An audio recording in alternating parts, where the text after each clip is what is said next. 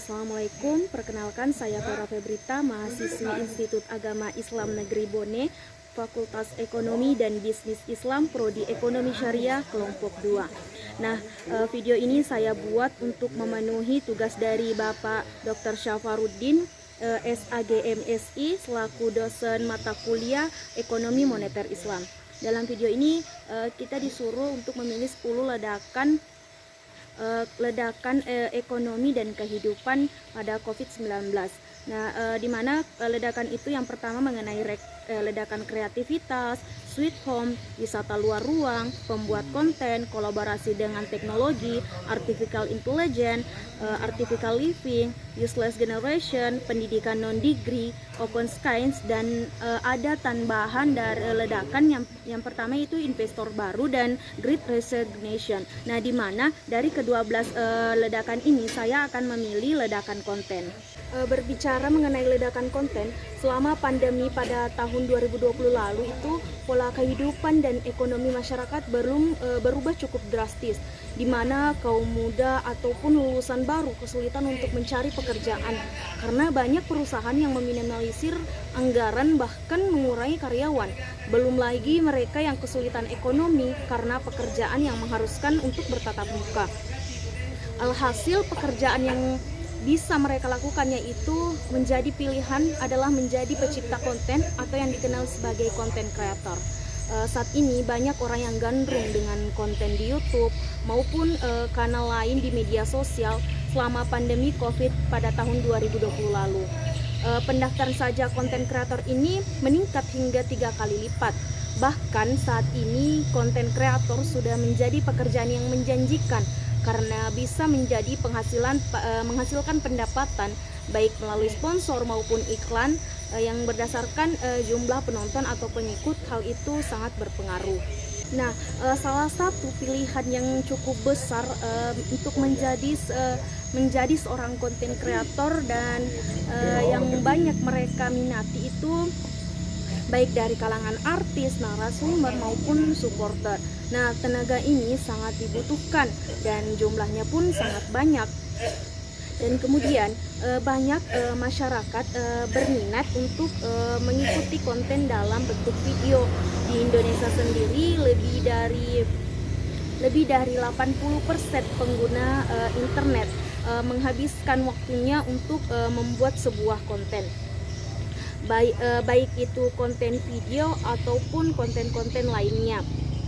Kemudian untuk penonton Instagram story sendiri itu meningkat 6 kali lipat dan variasi jumlah hashtagnya pun bertambah menjadi 21%. Kemudian untuk pengguna akun TikTok sendiri pun meningkat menjadi 20% pada tahun 2020 lalu dan rata-rata yang menonton itu lebih dari 100 video. Dan untuk membuka TikTok 5 kali sehari, bahkan TikTok memiliki 99,1 juta pengguna dari Indonesia yang berusia 18 tahun ke atas, ini pada mulai tahun 2022.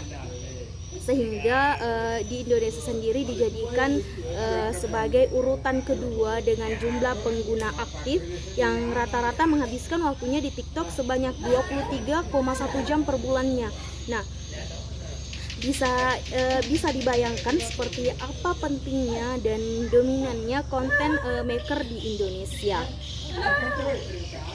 Dan kemudian sebagian besar pembuat konten itu sendiri kebanyakan itu berada kepada generasi Z, yakni sekitar 51,56%. Menurut Prof. Renald, mereka itu merupakan anak-anak yang usianya begitu belia. Dan ada 5 kategori konten yang banyak diminati masyarakat selama pandemi COVID bahkan sampai sekarang. Dan yang pertama itu konten gaya hidup atau lifestyle yang berkaitan dengan fashion, kecantikan, kesehatan, dan travel. Dan untuk konten fashion sendiri itu ada Kimi Jayanti. Dan untuk konten kecantikan ada Tasya Farasya. Dan kesehatan itu ada Dr. Tirta. Dan yang kedua, konten kuliner atau yang sering dikenal di kalangan masyarakat itu yang dikenal dengan yang namanya mukbang. Nah, untuk konten seperti ini itu yang saya tahu itu yang paling banyak dikenal dan diminati banyak penonton, bahkan jutaan penonton yang mengikuti kontennya, yaitu ada Ton Boykun. Diikuti paling banyak diminati berikutnya yaitu konten dari edukasi, dan yang keempat konten tips sehari-hari dan do you eat yourself, dan yang kelima yaitu konten video memasak. Dan ini juga banyak diminati masyarakat, bagaimana cara belajar memasak dan life hack. Dan untuk konten memasak itu ada dari seorang YouTuber yaitu Bobon Santoso. Dan saat ini banyak penyedia atau konten kreator merupakan sebagai pekerjaan yang punya peluang ekonomi yang sangat besar bagi kehidupan. Sebabnya pekerjaan ini bisa menampung anak-anak muda untuk terus berkreasi, baik itu selama pandemi, bahkan sampai sekarang ini, yang hal itu menjadi sebuah penghasilan dari mereka sebagai konten kreator, yang dimana yang ikut dalam membuat konten. Nah, dari sisi lain juga menjadi konten kreator itu tidak mudah. Hal ini menjadi sebuah tantangan karena membuat konten tidak semudah yang seperti dibayangkan. Jika kurang mengetahui strategi dan kurang berkreasi atau inovasi, bahkan video kita yang buat itu tidak menarik, maka akan sedikit penonton dan pengikut yang terjaring di dalamnya. Kemudian hal ini pun juga membuat potensi konten yang kita buat atau konten kreator yang buat itu menghasilkan keuntungan juga tentunya akan semakin kecil. Nah, selanjutnya saya akan memperlihatkan satu video yang saya buat sendiri di akun TikTok saya sendiri. Itu salah satu konten mengenai lifestyle, atau yang lebih spesifiknya saya akan membuat konten mengenai fashion. Untuk lebih jelasnya, check it out. How I mix and match my outfit for today.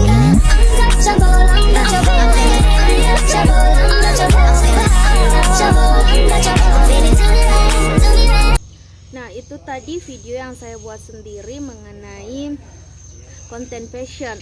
Nah, juga saya akan memperlihatkan salah satu konten yang viral saat ini, yaitu konten dari salah satu tiktokers yang bernama Awal Adrians, dimana kontennya ini ada seorang anak kecil yang mahir bermain, yang dikenal saat ini, yaitu lato-lato.